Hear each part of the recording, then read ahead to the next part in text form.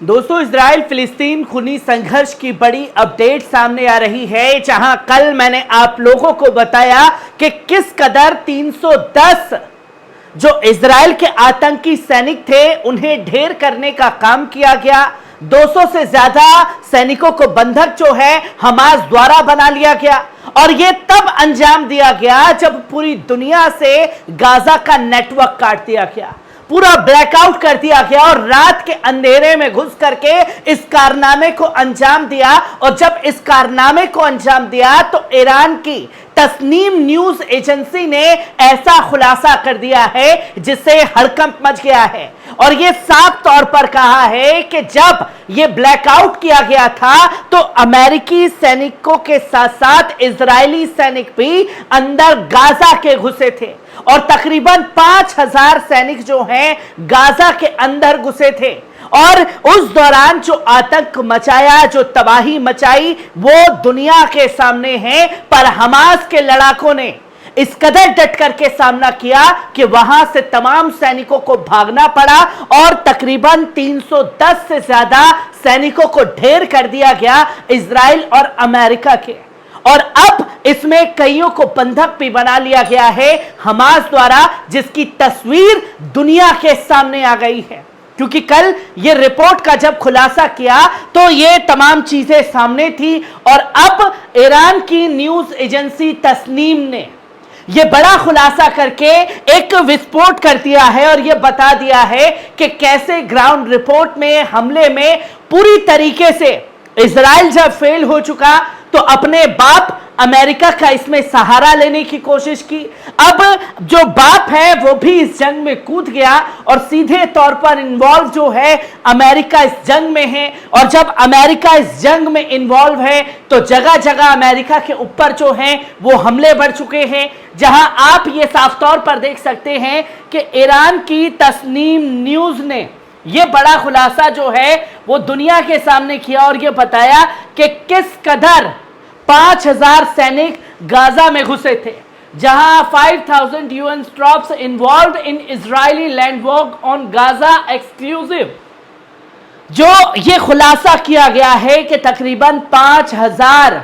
अमेरिकी सैनिक जो हैं वो गाजा के अंदर घुसे अंधेरे में और कई लोगों को जख्मी किया, कई लोगों को शहीद करने का काम किया और मासूम बच्चों को, महिलाओं को निशाना बनाया गया और फिर दावा कर दिया गया कि हमास के ठिकानों को उड़ा दिया गया। और दुनिया के सामने जब तस्वीर आई तो पता चला कि तकरीबन 10,000 से ज्यादा मजलूम फिलिस्तीनियों को अब तक शहीद कर चुके हैं और इस नरसंहार को खुल करके अंजाम देने का काम इजराइल और अमेरिका द्वारा किया जा रहा है। और ये रात के अंधेरे में हमले इसलिए बढ़ाए जा रहे हैं क्योंकि दिन में हमास के लड़ाकों का सामना नहीं कर पा रहे। अगर दिन के अंधेरे में कहीं घुस भी जा रहे हैं तो गाड़ी घुसती हुई दिखाई दे रही है, गोलीबारी करती हुई दिखाई दे रही है, फिर यू टर्न लेकर के वापस बॉर्डर से बाहर निकल जा रहे हैं। विदिन 10 मिनट 15 मिनट से ज्यादा अंदर नहीं टिक पा रहे क्योंकि जब जहां जहां से घुसने की कोशिश की जा रही है वहां इजरायली सैनिकों के चिथड़े उड़ा दिए जाते हैं, जो तमाम चीजें सामने हैं। और इससे पहले मैंने आपको कल ही रिपोर्ट में यह बताया था कि तकरीबन 310 सैनिकों को ढेर किया गया, जिसका खुलासा खुद एसोसिएटेड प्रेस ने किया। पर इसमें यह नहीं दावा किया गया कि अमेरिकी सैनिक भी इजराइल के आतंकी सैनिकों के साथ अंदर एंटर हुए थे और तस्नीम न्यूज ने इसका साफ तौर पर खुलासा कर दिया, जहां एसोसिएटेड प्रेस ने यह दावा करके बताया कि मोर देन 40,000 पीपल जो कल रात परसों रात के अंधेरे में किए गए 1400 लोगों को शहीद कर दिया गया, जिसमें 310 इजरायली और अमेरिकन सोल्जर्स भी थे और 229 को जो है वो बंधक बना लिया गया है हमास द्वारा। जो आप यहां साफ तौर पर देख सकते हैं कि हमास द्वारा अचानक किए गए हमले के दौरान इजराइल में 1400 से अधिक लोग मारे गए, जिनमें से कम 310 सैनिक भी शामिल थे और कम से कम 229 को बंधक बना लिया गया।